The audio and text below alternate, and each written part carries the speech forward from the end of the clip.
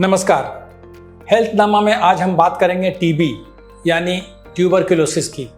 सरकार ने देश में टीबी को पूरी तरह खत्म करने के लिए वर्ष 2025 का लक्ष्य रखा है, लेकिन ये होता नहीं दिख रहा है। इसके कई वजह हैं, लेकिन सबसे बड़ी वजह है कोविड-19। कोविड महामारी ने सरकार के इस मिशन को काफ़ी नुकसान पहुंचाया है। इसके अलावा जागरूकता की कमी भी एक वजह है। आज हम टीबी विशेषज्ञों से बात करेंगे इस बीमारी के विभिन्न पहलुओं पर, क्या करना चाहिए और क्या नहीं।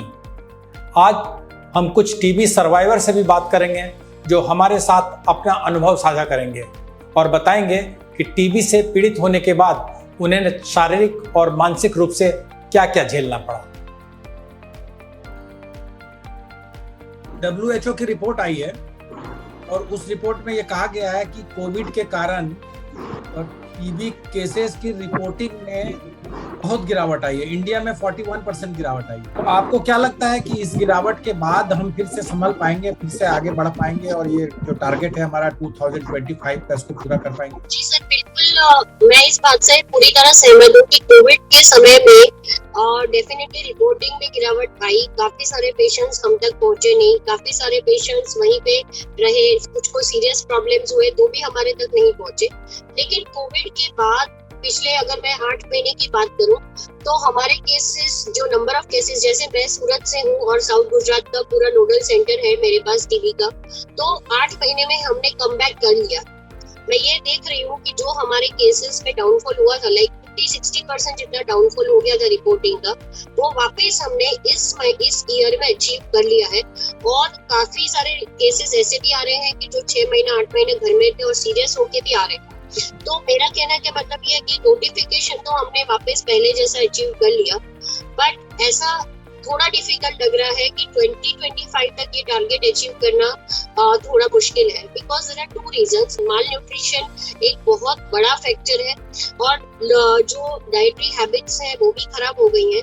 और साथ साथ में इन्फेक्शन कंट्रोल प्रैक्टिस की मैं बात करूंगी कि जो लोअर सोशियो इकोनॉमिक क्लास है या मिडिल क्लास है जिसको भी टीबी होता है, तो कई बार वो न्यूट्रिशन के साथ साथ वो इन्फेक्शन कंट्रोल पे भी ध्यान नहीं देते, यानी कि उसका हाउस होल्ड कंडीशंस कैसी हैं, घर में कितने लोग रह रहे हैं, घर में उससे मास्क पहना है कि नहीं पहना है। इनफैक्ट कोविड से एक मास्क का जो कहते हैं प्रचार बहुत अच्छा हुआ, बट मुझे लगता है टीबी एलिमिनेशन के लिए भी इस मास्क के प्रचार को या इन्फेक्शन कंट्रोल प्रैक्टिसेस के अलग अलग प्रचार को हमें और बढ़ावा देना चाहिए।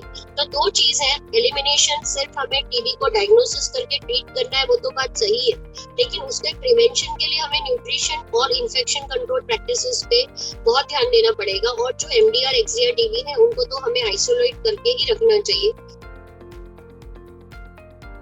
हमारा जो नेशनल स्ट्रेटेजिक प्लान है जिसमें कि 2025 तक इरेडिकेशन की बात है, उसमें डोर टू डोर स्क्रीनिंग की बात की गई है, जो हमें तो दिख नहीं रहा है कहीं। डोर टू डोर स्क्रीनिंग नहीं होती है। नोटिफिकेशन जरूर जो है प्राइवेट वालों से कराए जाते हैं, उनको गवर्नमेंट फॉलो अप करती है उन पेशेंट्स को, उनका CB नेट लगवाया जाता है उनको जानने के लिए वो जो है रेजिस्टेंट है कि नहीं है, प्राइमरी ट्यूबरक्लोसिस है कि रेजिस्टेंट ट्यूबरक्लोसिस है। तो डोर टू डोर स्क्रीनिंग तो बिल्कुल नहीं हो पा रही और डोर टू डोर स्क्रीनिंग करना भी मुश्किल होता है। ये बस से बलगम जहाँ से पकड़ लेना, कितनों का आप एक्सरे करोगे। आइडियली तो एक स्पेशलिस्ट ही डायग्नोस कर पाता है ट्यूबरक्लोसिस, क्योंकि आपके बलगम में कई बार नहीं आएगा, बलगम अंडर रिपोर्टेड रहेगा। कितनी लैब सेटअप हैं कि आप बलगम उतने टेस्ट कर पाओ, उतने पेशेंट्स को ले करके एक पॉइंट पे कितने लोग मिलेंगे आपको उस दिन, बलगम आएगा नहीं आएगा सुबह में, बहुत सारे इश्यूज होते हैं ट्यूबरक्लोसिस में डायग्नोसिस में। तो डोर टू डोर स्क्रीनिंग कितनी ज़्यादा पॉसिबल है, वायबल है, ये हम लोग नहीं कह सकते हैं। डॉक्टर संदीप, ये बताइए कि क्यों ये री इन्फेक्शन क्यों होता है? इंडिया में जो है मालनरिशमेंट बहुत ज़्यादा है, अंडर नरिश्ड माल नरिश्ड लोग हैं, डाइटिंग बहुत ज़्यादा बढ़ने लग गई है। तो यंग पेशेंट जैसे ये लोग हैं, कई बार ये लोग अपनी पतले रहने के लिए जो डाइट करते हैं, जिसमें हमारा न्यूट्रिशन लोड कम हो जाता है।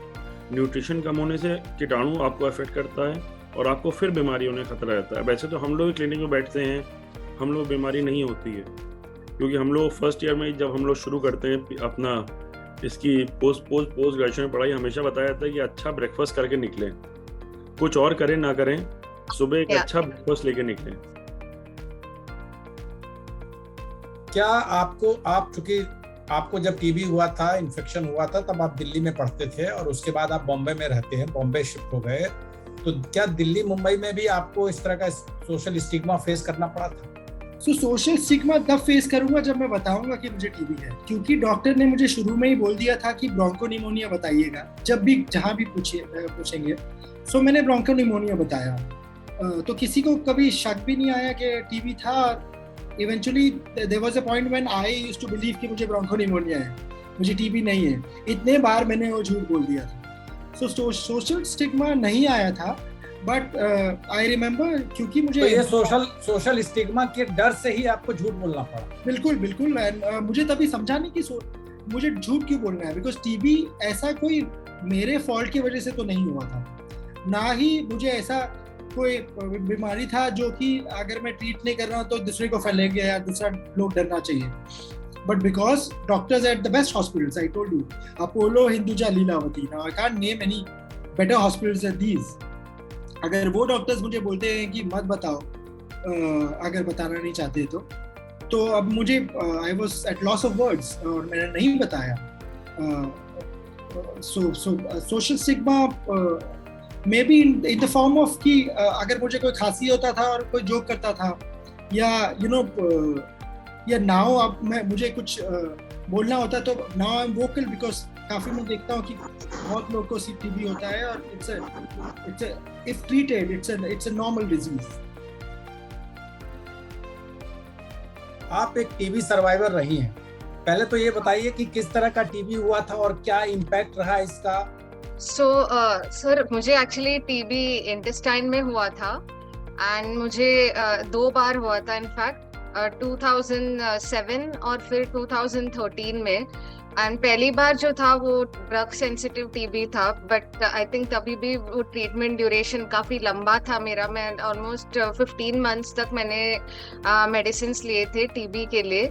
एंड मतलब मैं फर्स्ट ईयर ऑफ कॉलेज में थी, तो मेरी फर्स्ट ईयर और सेकेंड ईयर दोनों लाइक ऑलमोस्ट मेडिकेशंस में चले गए थे तभी, बट कैसे करके मैंने मैनेज कर लिया। और फिर मैं आगे पढ़ने के लिए फिर मैं दिल्ली गई थी और मैंने रेडियो और टेलीविजन जर्नलिज्म की पढ़ाई की थी।